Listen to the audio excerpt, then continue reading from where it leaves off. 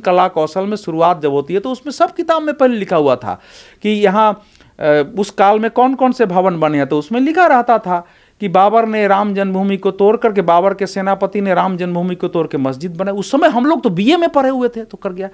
जहाँ तक मथुरा का प्रश्न है, देखिए मेरा अपना मानना यह है कि हमारे देश में 18-20 करोड़ के आसपास, जनगणना में थोड़ा कम भी हो तो मुसलमान हैं, और मुसलमानों के अंदर भी ये भाव गलत पैदा किया गया है कि ये चीज़ें झूठ हैं। ऐसा नहीं है कि केवल वो सारे अनजाने में और कट्टरता में ही कर रहे हैं। बहुत सारे बड़े वर्ग में इतिहास के द्वारा, हमारे ही लोगों ने तो DN झा ने, RS शर्मा ने, सब तो हिंदू लोगों ने ही इतिहास लिखा है ना, जो बताते हैं कि ऐसा हित का ध्यान रखते हुए कि देश में हिंसा नहीं हो, मारकाट नहीं हो, वो होनी चाहिए। और ये भी कहना गलत है कि चुनाव आ गया है तभी ये मुद्दा उठ रहा है। जब भी अयोध्या का मसला उठता था यही कहा जाता था कि भैया चुनाव आ गया तो उठ रहा है, चुनाव के पहले भी उठते थे।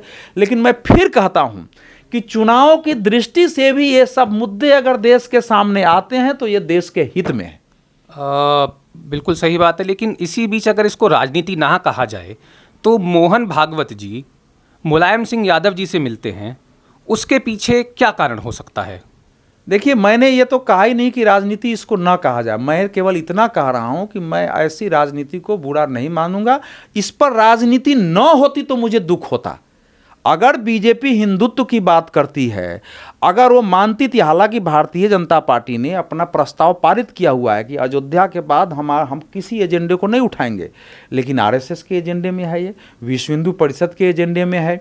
तो भारतीय जनता पार्टी कोई स्वायत्त पार्टी नहीं है, भारतीय जनता पार्टी एक परिवार का अंग है, वो नहीं उठाए। नमस्कार, आप सभी दर्शकों का हॉकफीड न्यूज़ में स्वागत है। दोस्तों, आज हमारे साथ एक ऐसी शख्सियत हैं जिनके बारे में जितना कहा जाए उतना कम। हमारे साथ आज मौजूद हैं श्री अवधेश कुमार जी, जो कि एक वरिष्ठ पत्रकार हैं।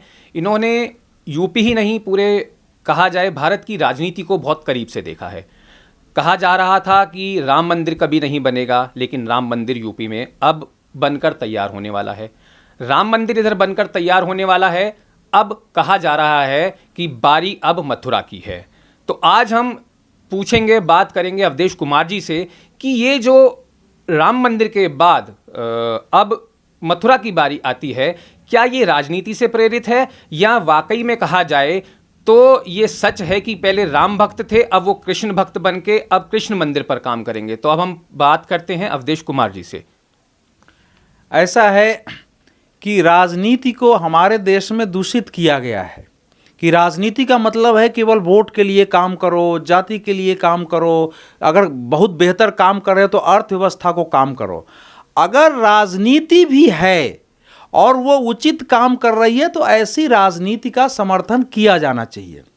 अयोध्या के मामले में मैं ये मानता हूँ कि अयोध्या का मुद्दा, चूँकि हमारे मामा वैष्णव थे, हम लोगों को बचपन से पता था कि अयोध्या में जो बाबर के सेनापति ने जिस मंदिर को तोड़ के मस्जिद बनाया, हम लोगों के अंदर कोई उसको लेके संदेह ही नहीं था, आम लोगों के अंदर कोई संदेह नहीं था। गांव-गांव से जिसके पास 5 पैसे होते थे, 10 पैसे होते थे, 1 किलो चावल है वसूल कर अयोध्या आते थे। वहाँ नियमित रूप से राम धुन होता था कि वो चलता रहे, लोग आते थे, दर्शन करते थे।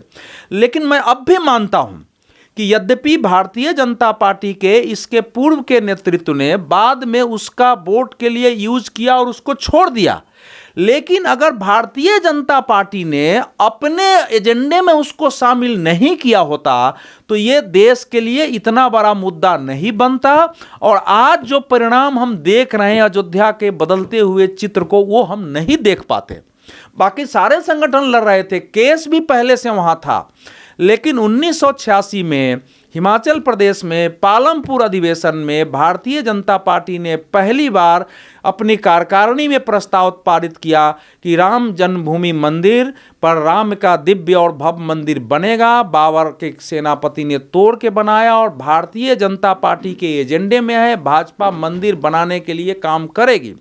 उसके बाद से योजना बनी और जिस प्रकार से लाल कृष्ण आडवाणी की रथ यात्रा चली, देश में जागरण हुए, वो हर चीज़ जब आप बड़े काम करते हैं, समुद्र में मंथन होता है तो अमृत के साथ विष भी निकलते हैं।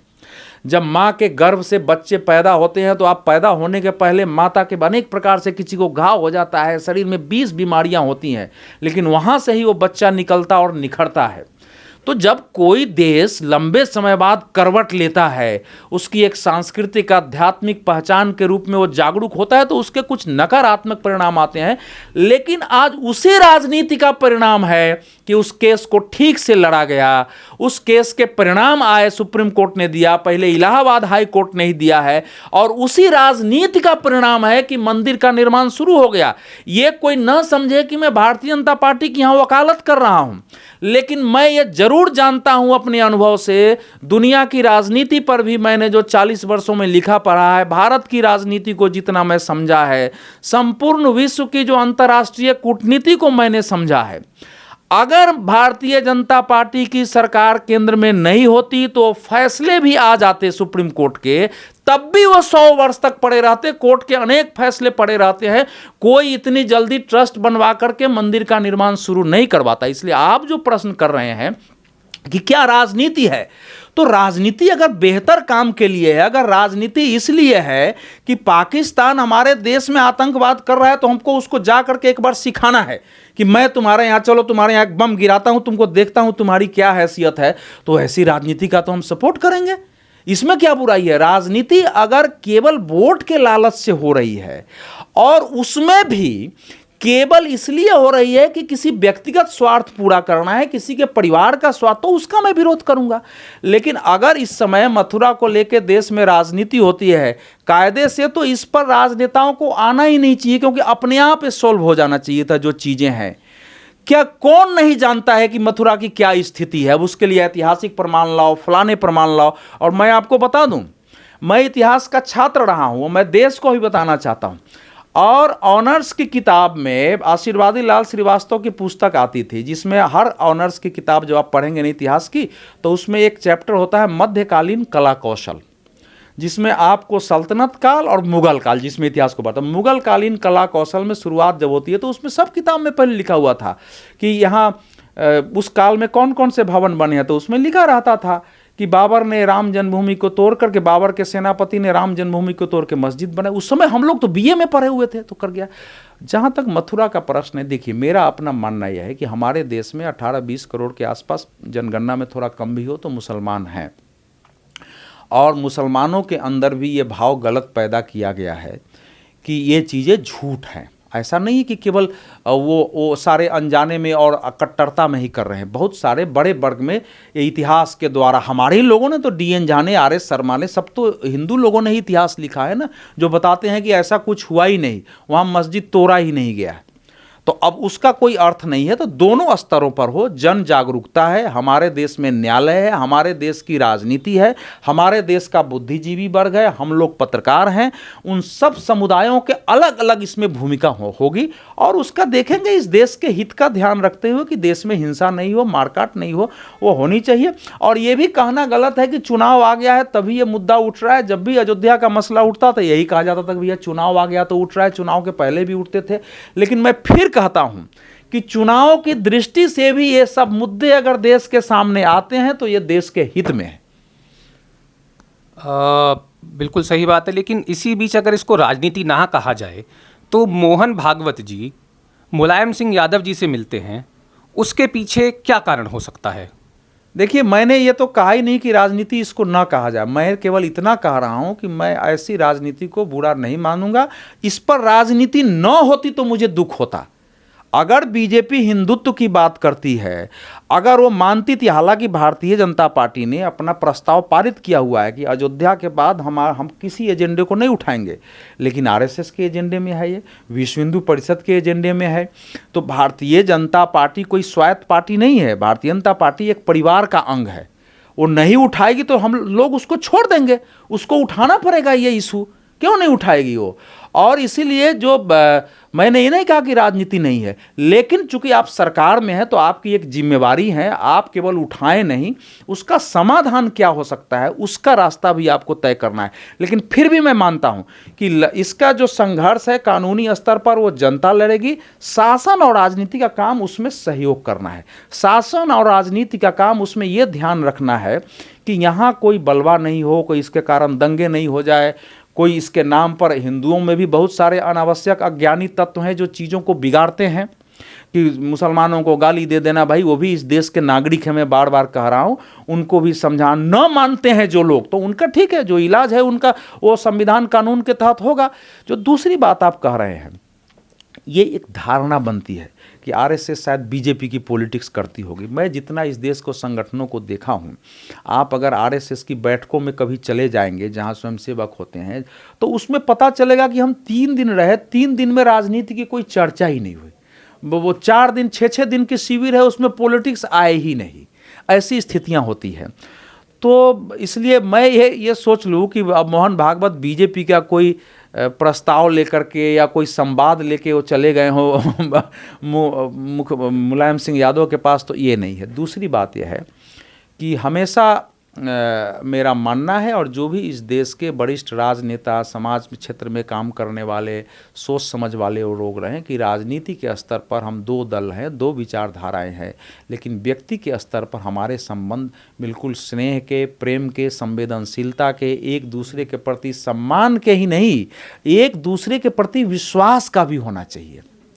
तो इसलिए मुझे इसमें, वैसे तो मोहन भागवत जी उनसे कोई मिलने नहीं गए थे कि हाँ उनसे कोई हमको काम के लिए मिलने गए, वो एक संजोग से वो मुलाकात हुई थी। और इसमें बुराई तो मुझे कुछ नज़र ही नहीं आ रही है कि इसमें क्या समस्या है। अगर मुलायम सिंह यादव कल मोहन भागवत जी के पास जाके बैठे, मोहन भागवत जी कल मुलायम सिंह के जात के पैसे, कल मायावती से उनकी जी से भेंट हो, कल राहुल गांधी, इसमें समस्या क्या है? भारत के सब नागरिक हैं, अपने अपने स्तर पर काम करते हैं। लेकिन अब किसी को ये लगता हो क्या, मैं मोहन भागवत ये कहेंगे कि उत्तर प्रदेश में आप जो है समाजवादी पार्टी का समर्थन मत करिए अपने बेटे के, और आप अपनी पार्टी का, आप बीजेपी का समर्थन कर दीजिए और मुलायम सिंह कर लेंगे? ऐसा थोड़ी होता है। लेकिन दूसरी बात ये भी हो सकती है कि अगर मोहन भागवत उनके बीच में बात हुई है, तो हो सकता है कुछ अच्छी सार्थक बातें भी हुई हों, कुछ उत्तर प्रदेश के धर्म, संस्कृति, वहाँ के समाज को लेकर, वहाँ हिंदू समाज की स्थिति को लेकर, जो वहाँ सांप्रदायिक है, उस पर हो सकता है कुछ बात हुई हो। वो तो जानकारी आई नहीं, क्योंकि बैठेंगे तो ऐसा तो है नहीं कि केवल चुपचाप बैठे रहेंगे। लेकिन मेरा अपना मानना है कि इस मुलाकात में कोई नकारात्मक बात नहीं होगी, कुछ अच्छी बात हुई होगी। और उस तस्वीर से, जिसको कि इस समय सोशल मीडिया को वायरल किया जा रहा है, देश को सीखना चाहिए कि कैसे 2 एक दूसरे के वैचारिक रूप से धोर विरोधी नेता एक दूसरे का सम्मान करते हुए पास में बैठते हैं, और जो लोग इसको नकारात्मक रूप से देश में टिप्पणी कर रहे हैं, उनकी ओर झांकते और ताकते भी नहीं, उस पर खंडन करने का सोचते भी नहीं, उसके बारे में कोई स्पष्टीकरण भी नहीं देते, क्योंकि हम सब आखिर मनुष्य हैं और हमारा जीवन एक दूसरे से जुड़कर ही चलता है। क्या मुलायम सिंह के घर में शादी थी तो नरेंद्र मोदी नहीं गए थे वहां? तो इसको कैसे मान लेंगे? दिग्विजय सिंह नरेंद्र मोदी के खिलाफ झंडा उठाए, उनके बेटे के शादी के रिसेप्शन में नरेंद्र मोदी नहीं गए थे क्या? ऐसा थोड़ा ही होता है कि क्या अटल बिहारी वाजपेयी और आडवाणी नरेंद्र मोदी के घर पर नहीं किया? आडवाणी के बेटी की शादी में, आडवाणी के घर के फंक्शन में मुलायम सिंह यादव और सोनिया गांधी और बाकी लोग नहीं जाते हैं? हम लोग बाहर से देखते हैं कि शायद अरे भाई बाहर से वैचारिक लड़ाई है, तो उसमें ये सब दिखाई देती है। इसमें मुझे कोई ऐसी दलीय राजनीति और सत्ता की राजनीति का भाव नहीं लगता है। दूसरा मेरे एक आपसे प्रश्न ये है, जैसे कि कहा जा रहा था, देखिए हम सभी जानते हैं, हालांकि तोंटी चोर नाम दिया गया, इधर अब योगी जी कह रहे हैं यूपी प्लस योगी उपयोगी, और इसी बीच मुलाकात, आपने कहा कि मुलाकात हुई, इसमें कुछ गलत नहीं है, चलिए मान लिया कि मुलाकात कोई गलत नहीं है, पर फिर भी क्या आपको लगता है कि इससे बीजेपी को कुछ नुकसान या सपा को कुछ फ़ायदा होगा राजनीति में? मुझे नहीं लगता है कि इसको मैं राजनीतिक नफ़ा नुकसान के दृष्टि से देखूं। देखिए, एक विश्लेषक के तौर पर मैं यह विश्लेषण कर सकता हूं कि क्या इस आगामी चुनाव पर इसका कोई असर होगा क्या, और एक भारत के नागरिक के नाते मैं मूल्यांकन करूंगा तो मैं मानूंगा कि क्या इससे कोई सकारात्मक संदेश गया है, जिसके बारे में मैंने आपसे चर्चा की। देखिए, चुनाव, बहुत सारे चुनाव जो हैं कई परिस्थितियों पर निर्भर करती हैं। उस समय का वायुमंडल क्या है, देश का वातावरण कैसा है, वहाँ के मुद्दे क्या है, दुनिया का वातावरण कैसा है, वहाँ का सामाजिक धार्मिक समीकरण कैसा है, जो पार्टियां चुनाव में लड़ रही हैं उनका जनाधार कैसा रहा है, जो सरकार में है उसके पक्ष और विपक्ष में कितना वातावरण है, लीडर कितना सामने, इस सब मिला के चुनाव परिणाम आते हैं। चुनाव परिणाम का लेकिन छोटे छोटे कारक भी प्रभावित करते हैं। ये इस पर निर्भर करेगा कि क्या भारतीय जनता पार्टी और क्या समाजवादी पार्टी अपने चुनाव हित या हित के रूप में इसका उपयोग करती है नहीं करती। तो अभी तक तो इन पार्टियों ने कुछ किया नहीं है, मुझे लगता भी नहीं है कि ये पार्टियां इसका उपयोग करेंगी। लेकिन ये संभव है कि जैसे जो समाजवादी पार्टी के विरोधी हों वो उस तस्वीर को दिखा सकते हैं, वो बता सकते हैं कि देखो देखो देखो, ये कहते हैं कि हम तो मुसलमानों के समर्थक हैं और मोहन भागवत से मिलने, ताकि उनका मुस्लिम वोट कुछ कटे। ये होगा, ये चुनाव में होता है। बीजेपी वाले का देखो देखो, मोहन भागवत कह रहे थे मुलायम को मुल्ला मुलायम कहते हैं, मुलायम ने कार से पर गोलियां चलवा दी और ये वो जा कर के जो है मुलायम के साथ बैठ रहे हैं, उनको प्रणाम कर रहे हैं। तो ये सब चीज़ें होगा, इससे हो सकता है कुछ थोड़ा बहुत वोट पर बड़े, मुझे नहीं लगता है कि इसका कोई बड़ा असर होगा, हो सकता है कुछ छिटपुट असर पड़ जाए, लेकिन चुनाव पर व्यापक असर डालने वाला इस प्रकार की घटनाएं नहीं होती हैं, पहले भी नहीं हुई हैं, आगे भी नहीं होंगी।